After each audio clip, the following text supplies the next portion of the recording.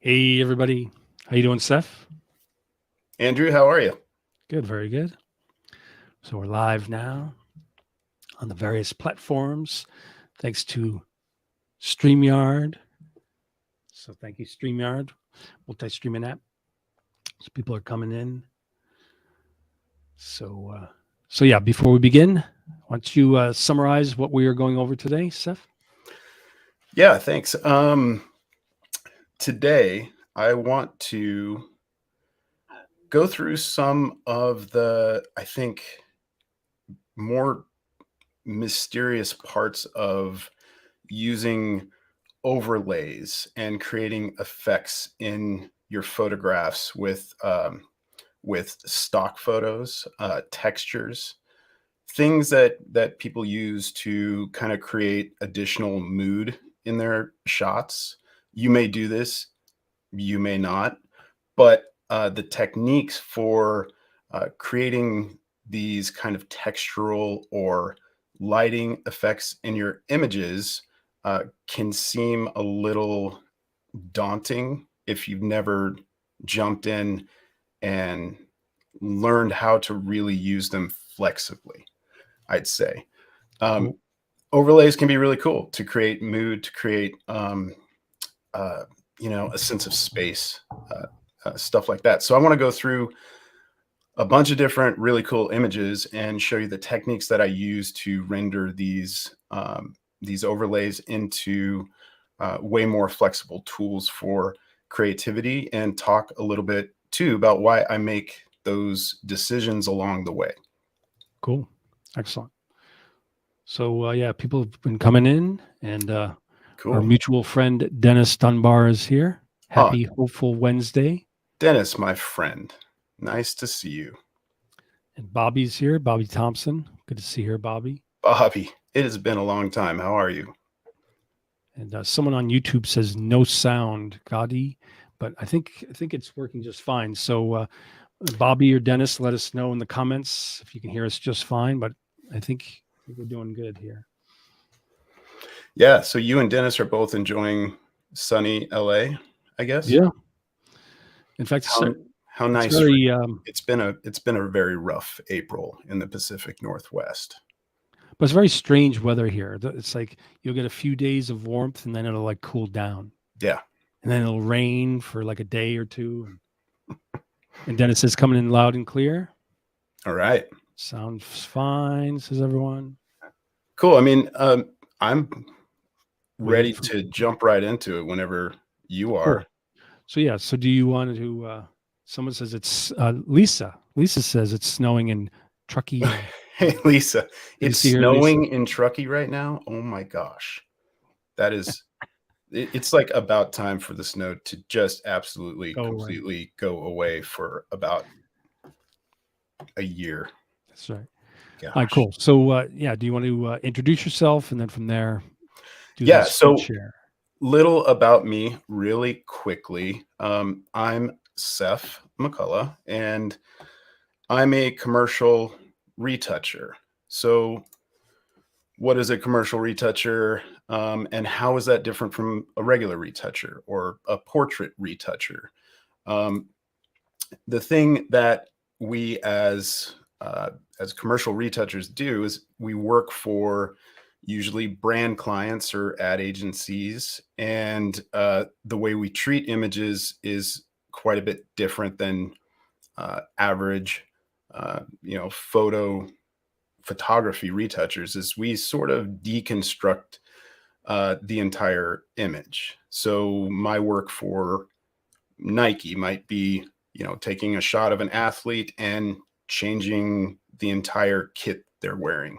Uh, Maybe that's comping in additional photography assets that we capture, or just doing it by hand and using, say, the existing outfit that LeBron is wearing, but we need to make it white instead of like red. So a commercial retoucher is, first of all, working for brand clients, usually working through agencies, and doing really highly technical work while still being creative in the best case. We might also just be simply turning out a bunch of product photography where we have to cut it out, put it on different backgrounds, stuff like that. But there's always that focus on the creative matched with a really strong technical foundation. Cool. Really quick, if you Share want me your to share screen. screen, There we go. just take you through some of my work. I mean, this is just my Instagram. And, you know, Behance over here. So just gives you a sense of the flavor of work that I've done over the years. And this is my website. Now I do a lot of teaching, do a lot of mentoring, a lot of instruction, Cool. and a lot of writing. So that's kind of what keeps me going these days, is really, really taking all of the background that I've accumulated over years and really just showing people how to do that. And Cool. I used to really focus on those technical things for the higher end professional retouchers. But over the last 3 or 4 years, I've really been focusing on ways to bring those concepts and those techniques down to people who are not going to necessarily be high-end career commercial retouchers, to make it easier and more fun, just because I feel like Photoshop and creativity in Photoshop does deserve to be a little easier and a little bit more fun than it probably seems to be if you're on the outside and want to get in. Okay, so I'll jump back to your screen and start showing some cool tips and tricks. Yeah, so what I did today is I've been doing a lot of work in brushes and overlays, but I do these sort of round trips between the two. And I realized just through talking to people that a lot of people don't really do that. They might use overlays in their photos. Like, you know, I think of this concrete texture, you know, this is an overlay. It's something I'm going to throw into the image as an overlay and, you know, scale it, mess with it, change the color, but it's going to sort of interact with the image in a way that creates a different kind of mood or style. What I really want with overlays is more flexibility, which led me to developing some different tools recently that I'll show you later. So what do I mean by overlay? There's, you know, Andrew, your audience is coming from all different backgrounds. We've got, you know, we've got seasoned pros in here, and we've probably also got some people who are really brand new to retouching and photography and art. Is that a pretty accurate kind of? Yeah, especially in the Photoshop and Lightroom group, you have such a variety of levels of experience. Yeah. Yeah, and I feel like a lot of people sometimes get left out of these conversations if it's way too high level or it's way too beginner and intro. So I try to find a balance between those two to do really cool stuff visually that and show some tips that can integrate into the workflows of people who are pretty advanced. So that's the goal. What do I mean by overlays? It's pretty simple. So I'm just dragging this image into this other one. Now I want to, you know, try using these clouds in this, you know, picture this, you know, old church or you know, historical building. So traditionally we just throw it in there and change a blending mode. If this looks all crazy to you, that makes sense. You know, these are a lot of different, very technical terms that I may not even know what they're going to do, but I simply can scroll through these different blending modes and just see when I can find something that looks cool. Like lighten starts to integrate, and screen, which is a really useful one for a lot of applications. Once you get into blending modes, you're going to feel like screen is kind of like your your magic go-to. It's really kind of a no-brainer. So if I transform this image because I want to scale it, I can start messing with the integration here. It immediately does something cool and different with the image. And the only thing that bugs me about overlays is you're dealing with a single rectangular image, and it's going to have edges on it. So I can't really go beyond that edge. Otherwise, it looks really great. And you can dial it back with, bringing your opacity down. You could duplicate that layer with Control or Command J. You can try different ones on top of your screened image. You can transform and, flip the image too. The sort of creative possibilities are endless, and I love working like this. And do you tend to use a lot of different layer blending modes when you bring in your overlays? Yeah, in order to work fast. That's the great thing about overlays and blending modes is you can start getting creative effects really, really quickly. They're sort of a blunt force instrument. They take the whole layer that you've applied to your image, and they change the whole thing to a different mode of interacting with the underlying image. So I'm going to drag this concrete treated image onto this portrait and do the same thing. Let's move into these. Darken doesn't really do anything. Multiply definitely does. And for a really strong effect, color burn. Linear burn even more. Nice. And so we're just, seeing what feels like it's doing something cool. So I think when people see using a texture layer, or really anything that's sort of a field of color, could be a night sky, could be stars, matched with something like a portrait where there's an object or a person. Once you just sort of have those two types of images at your disposal, you can start doing creativity in Photoshop really quickly and easily with just pressing a button and scrolling through the options.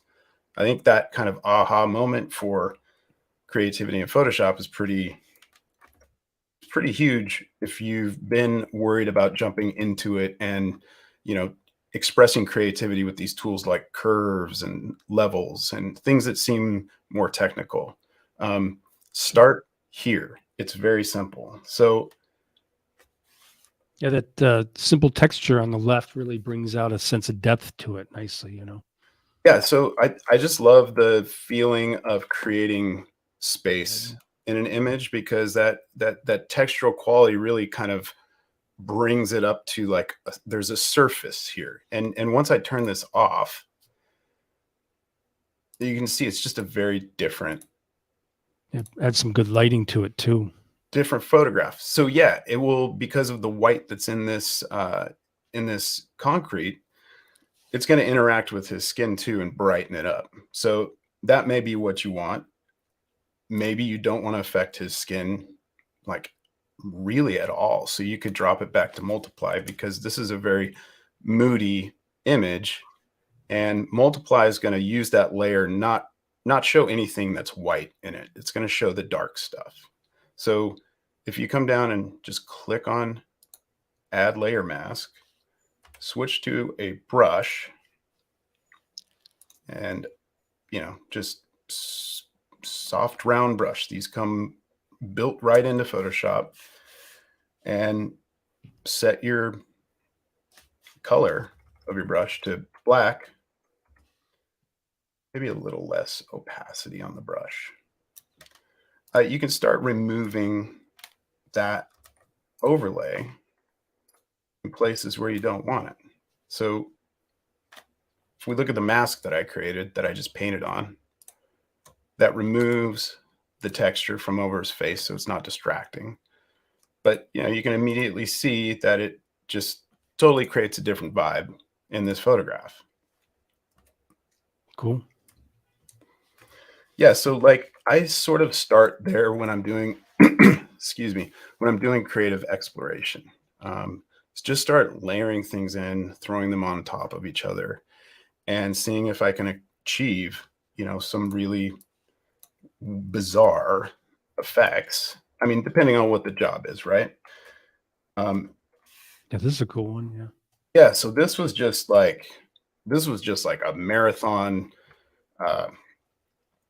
creative exploration. I was just saying, how fast can I get results? How out there can I get with a very like pretty straightforward portrait to begin with? And without spending too much time explaining what these layers do, these are the results that I started to find. I love this part with the eyes. Yeah, it's cool. It's starting to get into some kind of weird, I don't Little know, demonic there.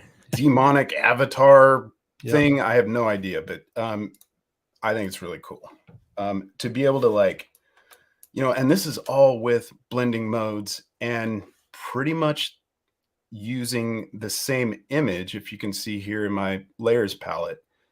So I have a question. Yeah, go ahead. Right. So I see like the buildup of color, but then with the texture that's on the forehead going around the eyes and the top, arch of the nose, is that a separate kind of textured layer, or is that just from the buildup, like you said, of the original image just set to a different blending mode? So, right, this consists of basically two main elements, and that texture I created with my overlay brushes. So Cool. these are brushes that I use to sort of get around the limitations of just using an overlay that's a rectangle, because I want to have a way to use those overlays, but in sort of in a targeted way in different parts of the image that I choose, rather than just one thing that I can only scale. And And keeps it organic and painterly too. it helps me move really fast. And when I'm doing creative exploration, that's exactly what I want to see. I want to have that feeling of progress, moving quickly, and doing lateral creative exploration.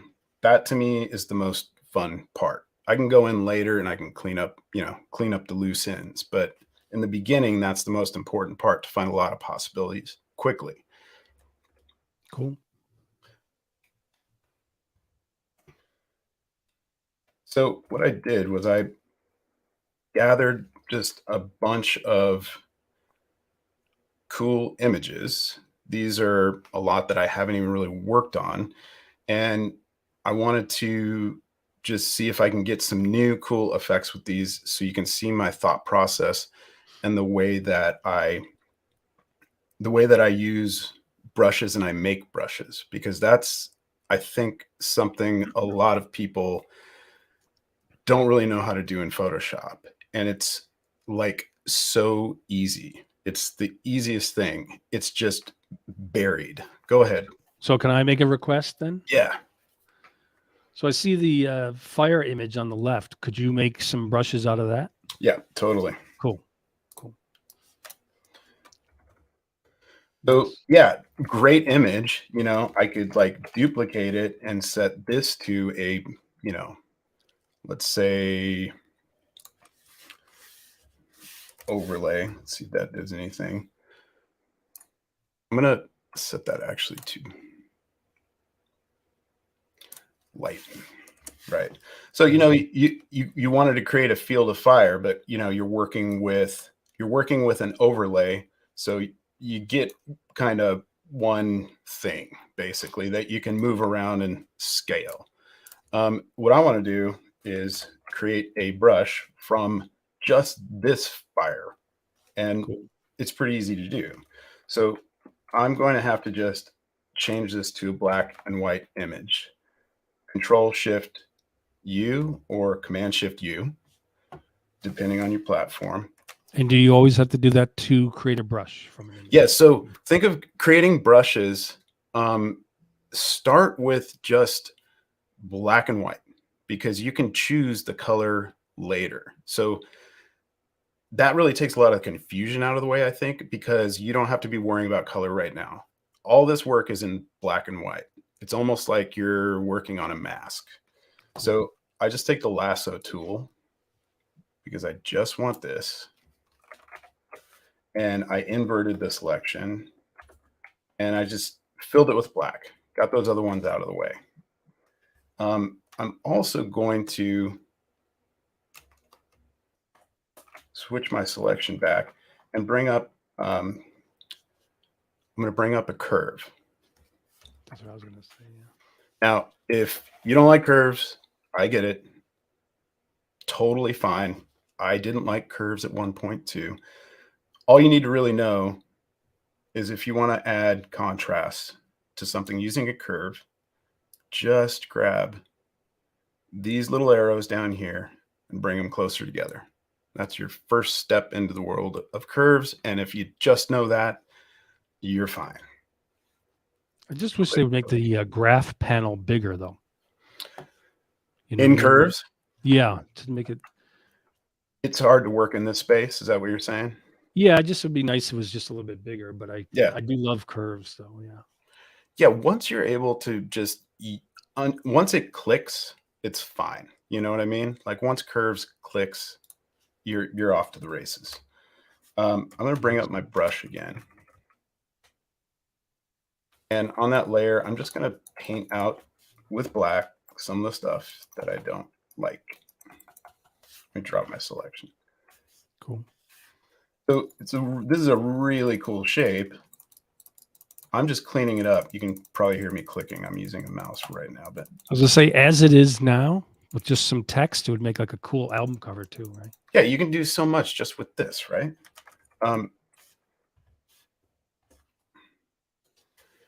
And so it's a little bit cleaned up now.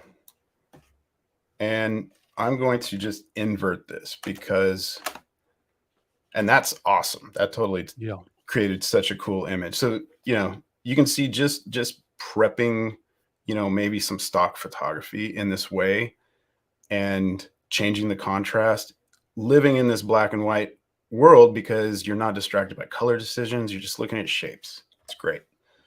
I'm going to bring up my John. My friend John says, I can't believe there was a dark time when I didn't like curves. Thankfully, with medication and people like Lisa Carney, I love curves. Viva la curves. Yeah, Lisa is definitely one of the curves ambassadors. So is Ben Wilmore. I'm sure you know Ben. I think I had that DVD of his curves class. Yeah. He was like, yeah, he's like the guy. He just created like the best analogy for curves that like helps it click for so many people. Because it's hard to explain, but he just did it visually in this really cool way. I'd say seek that out because Ben has a talent for explaining well. So this is the final step before you create a brush. This black and white image with a square marquee selection around it. I think people think there's way more to it than this. But it's just as simple as saying, clicking on, not saying. That's under what menu for define? This is under brush? edit. Edit. Yep. Define brush preset. And you can just name it whatever you want. Fire, brush flame. Name, fire, flame, what have you. And look, my brush cursor just changed. I'm going to switch over to my tablet so I can be a little bit more expressive here. My brush is already set to that image that we just captured. And I'm just going to create a new layer filled with white.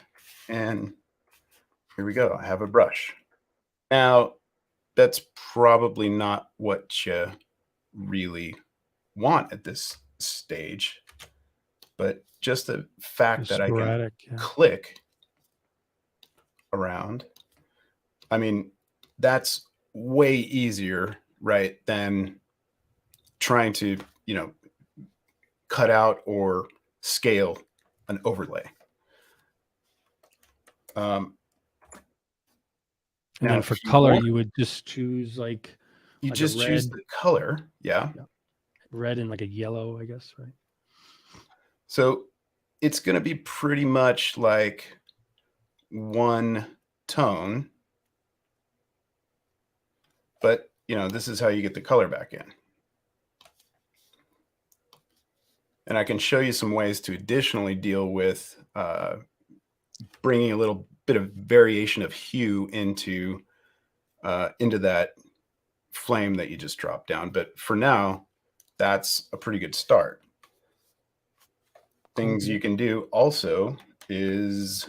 And to clarify for people, because it's Yeah. a brush, you can obviously change the size like you just did and the opacity, right? Exactly. You can change the size, the opacity, the color. You're not stuck with a single layer, but you're basically That looks making... cool now, yeah. Yeah, you're basically making a new overlay, right? A new overlay layer. Nice. And I mean, that's why I like that flexibility so much. And I think people think that when, they get their overlay, it's like, that's the overlay they get and you don't get anything else. No, what I usually do is I change my overlays into brushes, because now I have this level of flexibility. Yeah, a little touch of You can just orange. you can really explore a lot of cool stuff. But how to manipulate your brush, how to make it even more dynamic. There's a whole bunch of controls for brushes in the brush settings panel. If you don't see it, just go to Window, Brush Settings. And I'm going to pop that out. So another very complicated menu to navigate, right? Looks a little crazy. There are a lot of options, but there are just a couple that are really, really helpful to know. One of them is, let's see if I can demonstrate this here, your brush rotation. You can simply just rotate the brush tip.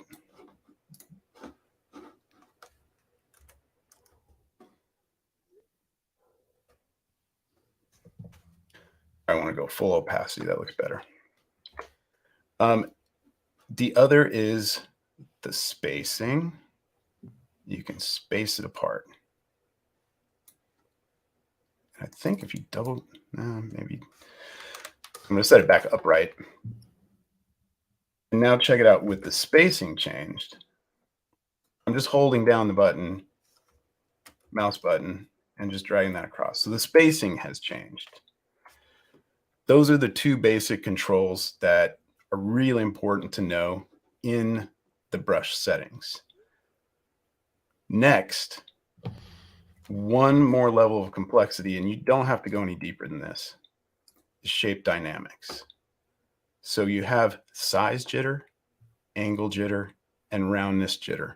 All those do is just introduces randomness based on those qualities: size, angle, and roundness. So I'm just going to drag the size jitter up.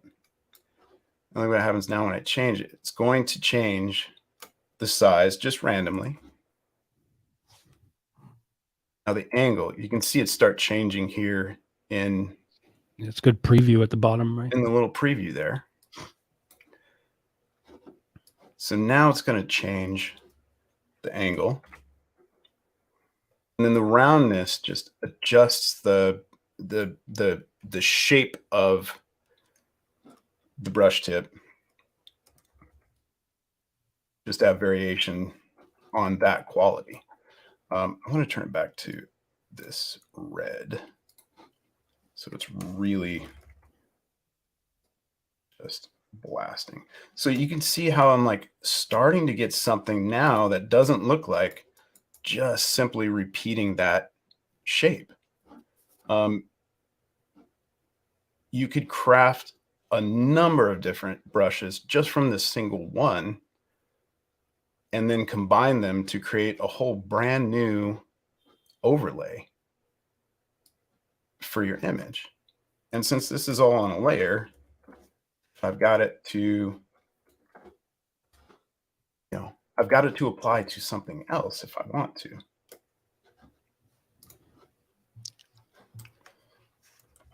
So it's still an overlay. That's why I call these overlay brushes. And do you tend to, even though you might have created a set of brushes that you go to, do you tend to, like, when you grab a brush, do you tend to then change the angle or the jitter and stuff as you go? Yes, I do. And when I find something that I like, and that I know I will want to use again, I'll usually save that out as a new brush, because you can save variations of your brushes, just like you would save different versions of your file, right? Cool. You can do the same thing with brushes, and it's really, really awesome just to be able to do that super quickly, and I'll show you how I do that next.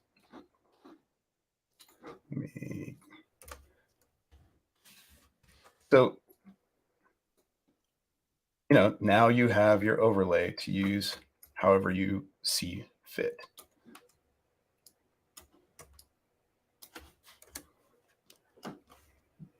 This reminds me of an album cover again, too.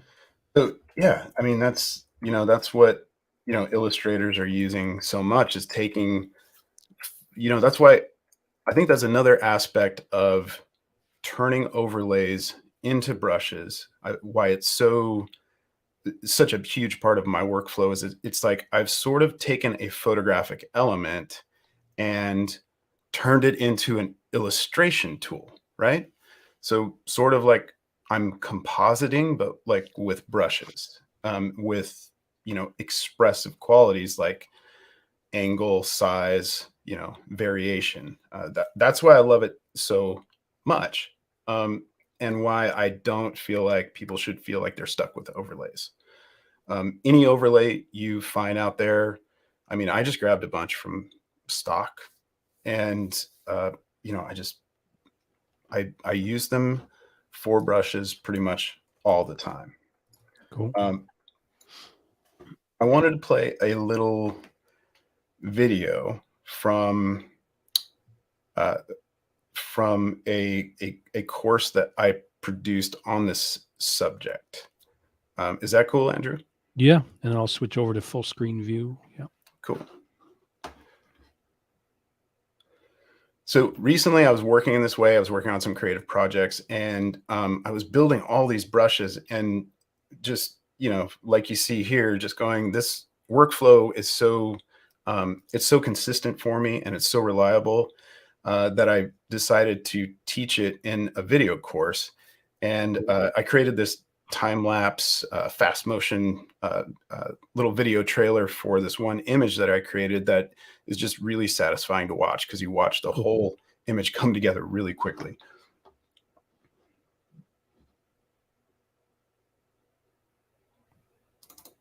Okay, you might have, there we go.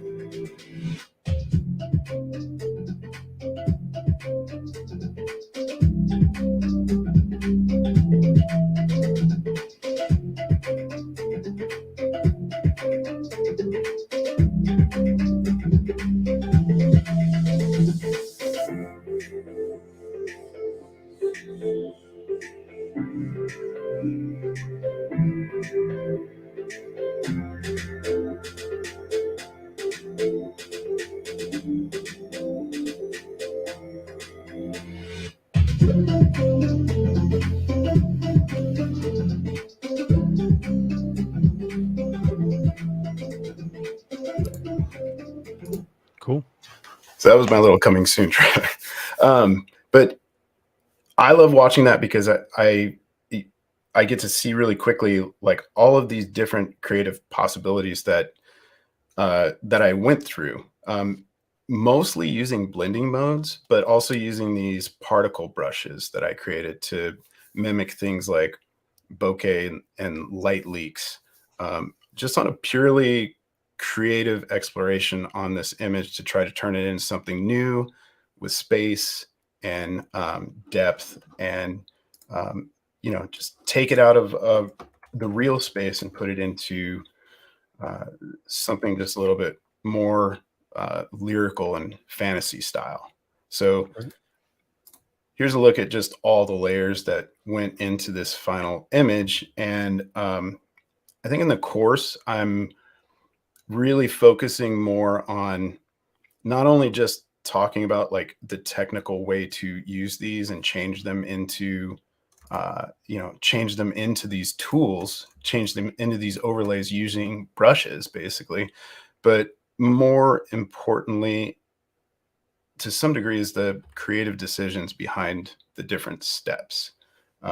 So that was important to me to convey to people too, is not just the how, but kind of the why and the thinking behind the different steps. So I show you how to set all of this stuff up in the course.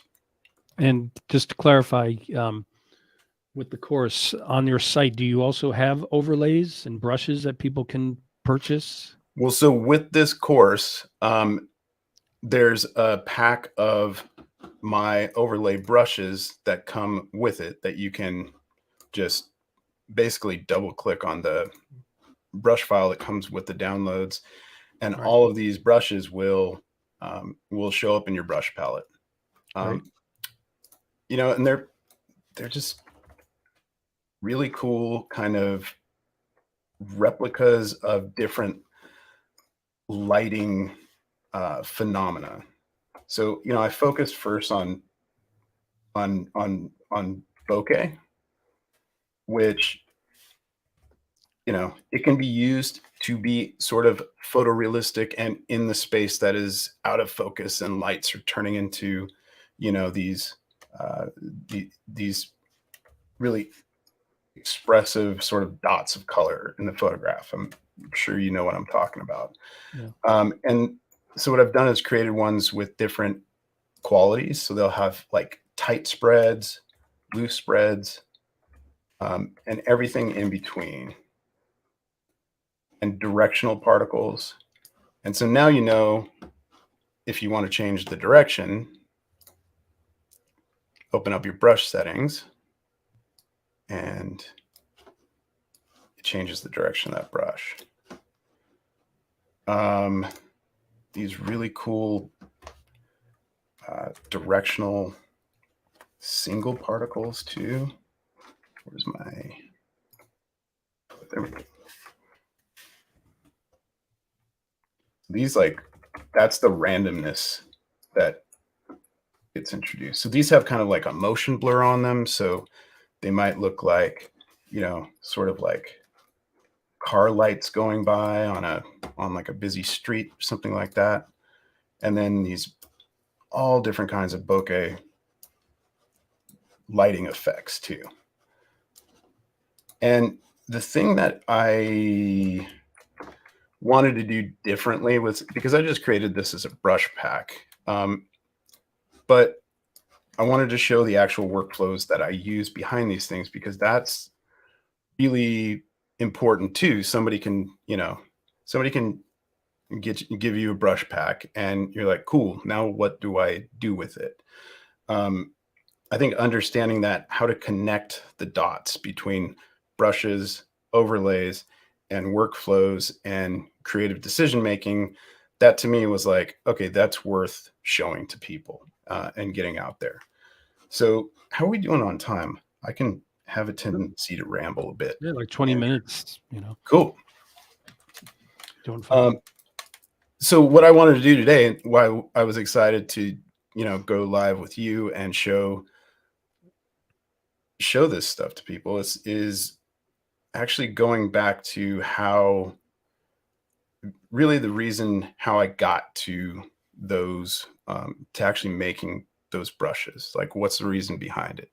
Because in the tutorial, I focus a lot on creativity and how to use these brushes, but just showing people that you can just go out and find a piece of stock art, literally, and make your own brush pack, today. Mine's great, and I show you all the creativity that goes into, 4 different images, from start to finish. I unpack all the layers from this, but if you're just like want to go out and get creative immediately, you can start looking for, stuff like this flame image. It's pretty unremarkable just from the beginning, but changing it into something totally different, that's to me like what is fun about working in Photoshop. It looks like you get your stock from similar sites as me, like Unsplash, and I go to Yeah, Pexels as well. Yeah. I use Unsplash a ton because they just have such good quality images, and they understand, I don't know, they're curated in a way that the style is sort of consistent, and I think like visually like relevant, Cool. to, you know it's good taste and it's good quality. Nice. Yeah, I was gonna see what I could do with this. That's some nice textures right there. That's for sure. Yeah, I just grabbed this today and I was like, oh, that's gonna be some cool stuff. Let's see if I can do something with that. Um, I'm just going to duplicate the layer and Control Shift U, Command Shift U. That desaturates the whole thing. Yeah, that's awesome. So I'm gonna isolate this, just these 3.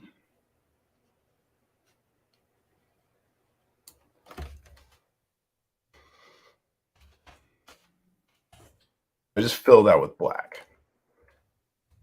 Now I'm going to show you a different tool that I love to use when I'm building these black and white foundations for my brushes. I'm going to switch to the burn tool instead of using an actual brush to paint in black. This is a great tool if you're working on masks all the time and trying to isolate stuff in your photograph. The dodge and burn tool to me are like meant for this stuff. Cool. A lot of people don't know that. They think, oh well, yeah, we're going to dodge and burn skin, or blemishes. But for me, dodge and burn, they're just pretty much mask tools. So I have it set to shadows because I will only want it to affect the darkest stuff and hopefully keep these lighter areas of the fern, so that I'm starting to get an isolation here. I have to be kind of careful, but it's pretty loose to use this burn tool. You might see some screen flickering too, because I'm like making Photoshop do a lot of legwork here. And I'm brushing. You can probably hear on my tablet how quick I'm going and how I sort of am like scrubbing with this tool, because it only goes so far if you press down once. So you kind of have to keep pressing until you get the area to go really dark. So that's with the burn tool, and then do you set it? You set it for the range's shadows, so that way it does not affect the highlighted subject. Yeah, exactly. I'm trying to not make this bright stuff go away and just make the dark areas push back. So it's already getting a pretty good isolation. Now I could also alternatively go in there with the dodge tool, set that to highlights, because I don't want to mess with any of the darker areas with with the dodge tool, and brighten that up a bit. All right, bring out some Yeah. contrasts. Yeah, so bring that up. Because in the last one that last brush I created, I used a curve to kind of brighten the white parts. But, that's pretty cool, pretty quick. I'm going to duplicate that up and invert that layer, Control or Command I. See, that's already awesome. Whenever I flip something inverted like that, I'm always just like thrown off by how cool it looks. I'm like, oh, wow, I'm done. I'm going to frame that. So can I ask a question? Yeah. So why do you invert before you make it a brush? What happens if you don't invert it? All right. You know what? So many things in Photoshop, I'm sure are just habit.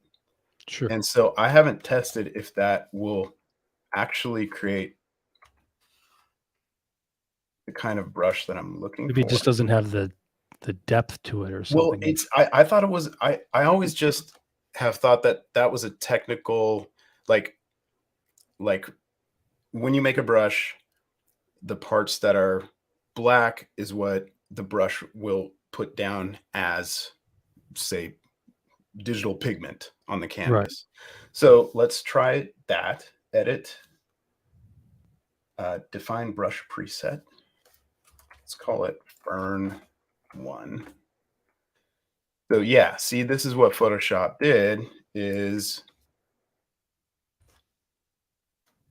oops, that selection. So you can see it automatically turned my brush into the ferns.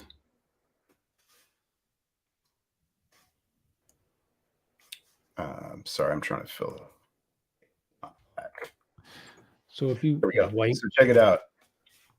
Well, that's what it thinks the brush is, which is cool. That might be like an effect that you want to. So if you don't invert it, then it keeps the black background and then therefore takes away from the beauty of it having a kind of brush feel. It becomes more like a block that you're. Yeah, it's more like a block. And I don't know, you might really have an application that sort of like stamp like look would work for, so going back to that, let's invert it again. This is a really, excuse me, large brush pixel wise too. It's like 4,000 pixels. Maybe should have made it smaller, but let's give it a try. Edit, define brush preset, Fern 2. Okay, cool. It made me a fern brush. I love that it just automatically gets you results. So now when you have a white background and you click, it'll be just, yeah, see, nice.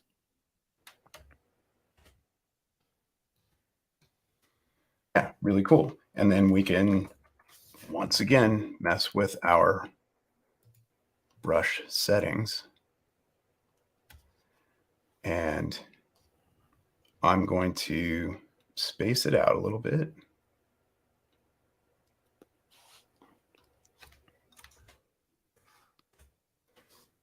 And change the shape dynamics. This is my usual go-to kind of like customization of brushes. I'll first create the brush, add a little bit of spacing, and then change these qualities of randomness. So, I mean, you're starting to really get like, you could create a pretty believable, field of ferns here that don't look like they're just totally repeating the same thing. I mean, that looks awesome. That looks to me like, it's pretty cool. Like like an actual field of ferns. So you just change the size, correct, of the brushes at the bottom? Yeah, that's all I did was like just using my bracket keys, change the size. And Photoshop's kind of freaking out because the brush is so big, it's having a hard time scaling each step, and reducing my opacity. Cool. start to create something. I want the scale a little bit lower on those.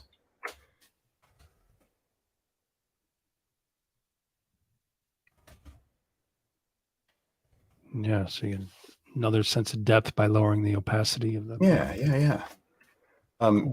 But like fun, quick, right? Let me switch to an actual image and see if I can get something cool to happen. That.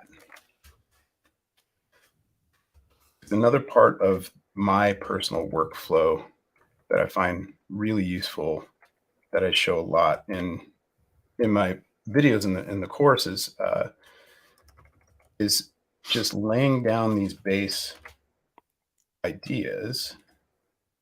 Like, I know I want something textural happening here, and I'm going to, I can even use multiple layers to make that happen. Reduce the opacity on that.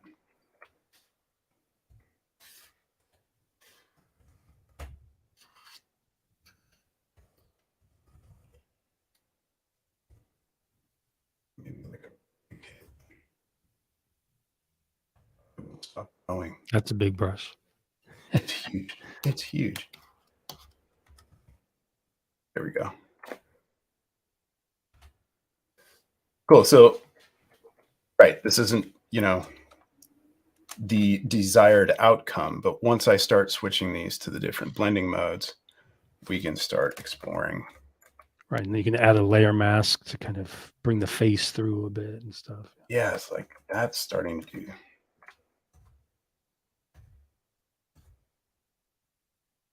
difference. You start to get some really bizarre stuff down exploring these different blending modes. Layer blending modes, yeah. But what's more important to know than, well, it's not more important than blending modes, but it's more control that you can have over blending modes. So by command or control clicking on this layer that I just created, I now have a selection. Okay. So additionally, you can turn your overlays not just into brushes, but you can turn them into adjustment layers with masks on them. So now I've got a curve adjustment. Then now I can start changing, qualities. It's cool. Bring the texture in that way, yeah. Of the image.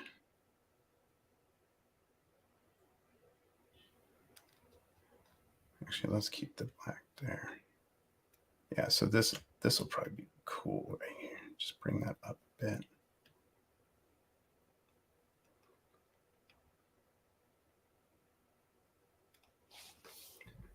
And then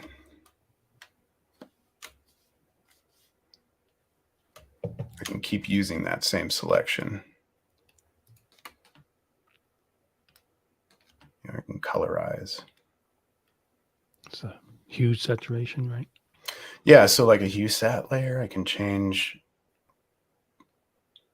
the absolute hue by hitting colorize, which is going to basically create that into a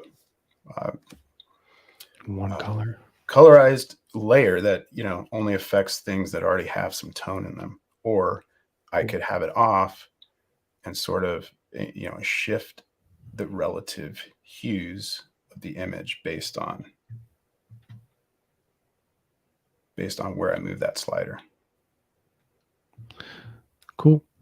So before you jump in and tell people about your courses and your brush pack, I did want to let people know that, so for anyone who is watching today, you can get 10% off when you use the code Andrew, my name, Andrew, for the overlay brush workflow by the Retouchist Sef here. And I did post that in the event pages, and we'll also have it in the description on YouTube. But I just wanted to remind everyone that you get 10% off when you use that code for these courses.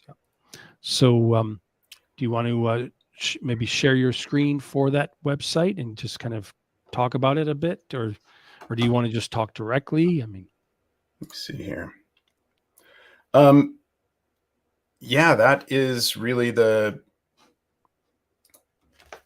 really the course in a nutshell is what you're seeing here, except I'm giving you here a little bit more of the foundation of it, of how to create your own brushes. The course is focused more on the creative use of those of my overlay brushes.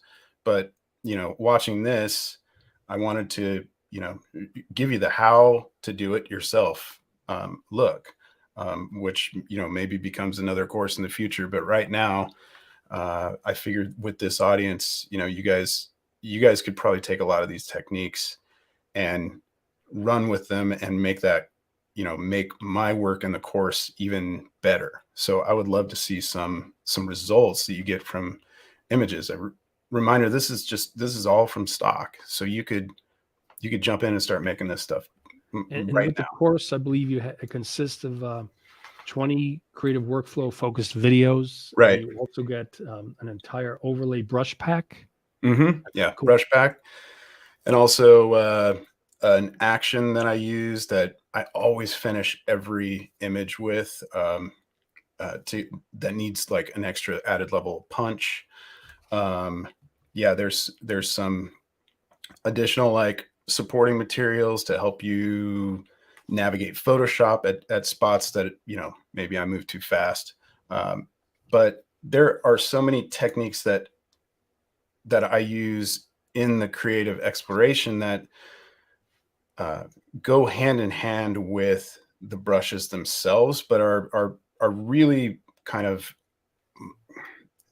multipliers. So Cool. one of them that I wanted to show today that I realize a lot of people don't use that much, and it's so useful, is this technique that I call well, it's like a skin pop technique or a shape pop technique. I use it in the video course to sort of unify this figure with the background. Here I use it for a reason to improve integration. I call it specular matching. So it's sort of subtle here, but if you look at the lighter tones in her skin,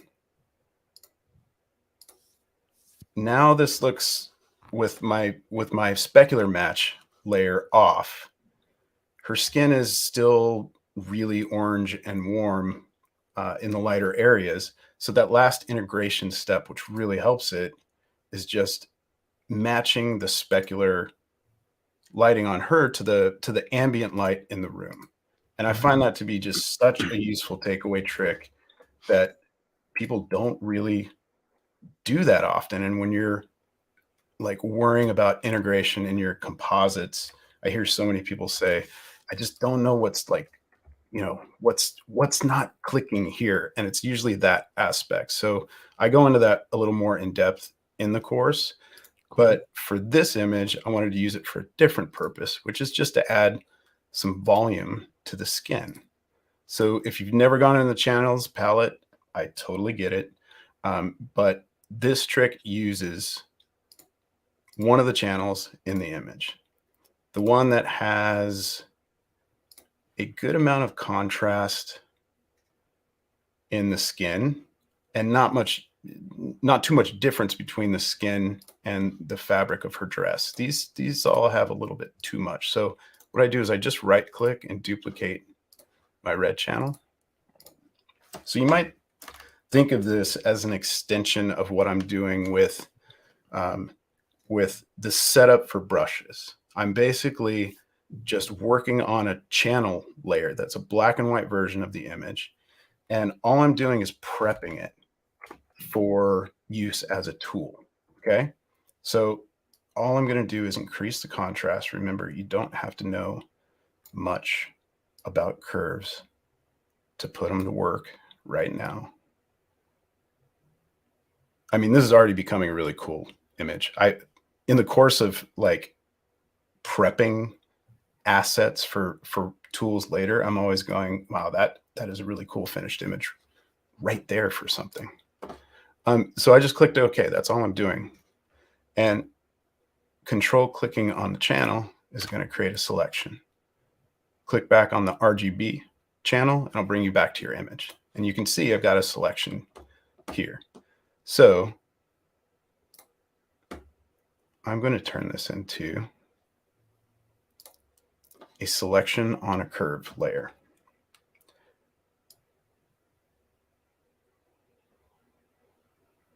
It just bumps your highlights nicely. Yeah. Yeah. So in, landscape photography, you may have heard this referred to as luminosity masking. Same type of thing, but just to know that it's that easy to do was a real eye opener for me the first time I started using that. And now I use it so often to increase that sense of like volume, and also to adjust the color. You can just set it as a solid color fill too, and match or totally distort colors in your shot. So like this looks really kind of cool on the dress. Highlight with a pinkish color. Yeah. Right. Yeah. And so I can put another curve. Oh, wow. Okay. Let's see if this works.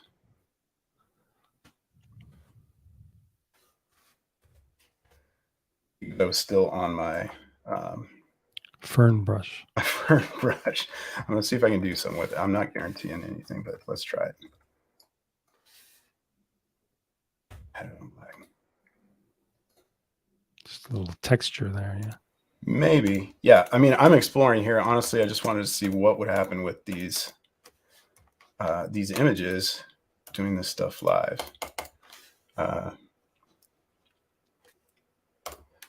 But yeah, maybe a possibility. Where's my regular brush?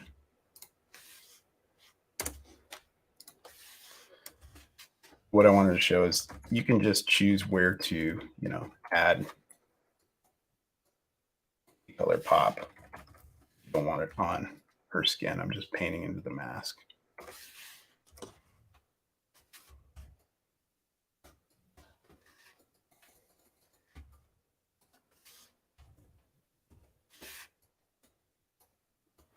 That's cool highlights.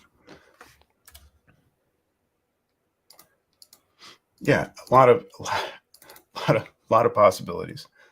Cool.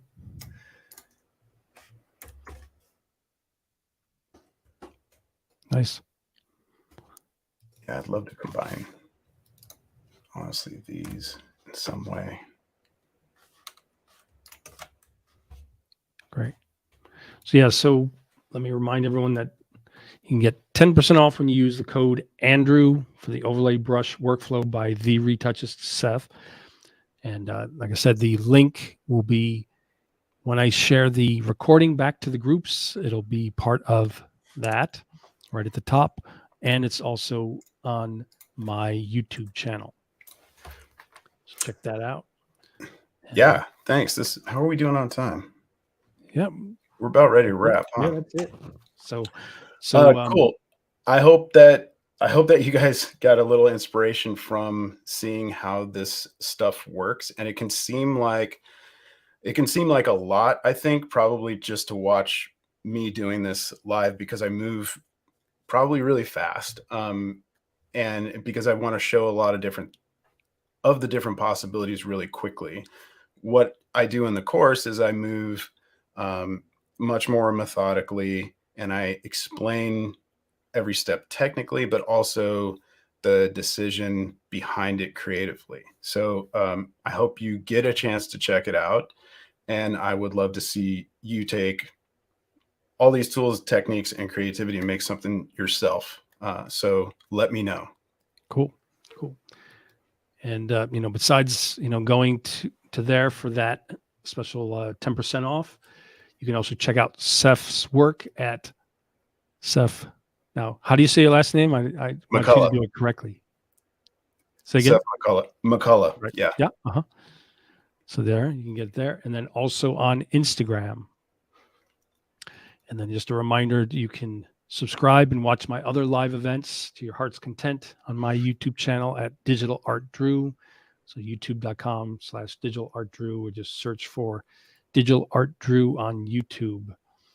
And if you haven't already, please come and join the Photoshop and Lightroom group on Facebook, facebook.com/groups, Photoshop Lightroom group, or just do a search for Photoshop and Lightroom group. Yeah, thank you all for joining today. I love doing this stuff, and I love connecting with creatives. So please hit me up. I'd love to see your work and answer questions as you're working, as they come up. All right. So someone from Facebook says, thanks, much appreciated. John, my friend, says, thanks, Sef. Thanks, Andrew. Thank you, John. And friend William says, inspirational and creative presentation. And friend Orvaki says, thank you. And someone from Facebook, thanks for the help. Yep, cool. So yes, once again, look for the link to the recording and also the link for the course at the top of the Facebook pages, top featured post, as well as on the YouTube recording in the description.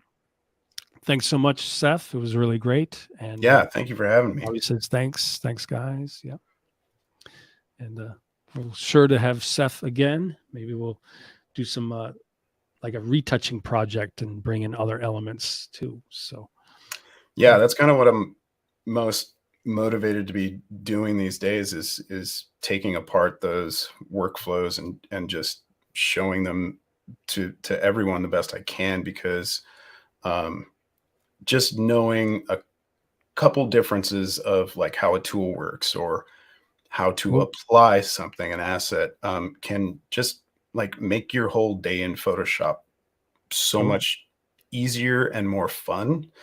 Nice. And I really identify with people who go, oh man, I got to jump back into Photoshop. It's so complicated. I'm like, want to show you, just focus on these few things and you can do creative work, Cool. Great. Thanks again. Thanks everyone for watching. Keep your eye on those top featured posts in the group and on my YouTube channel.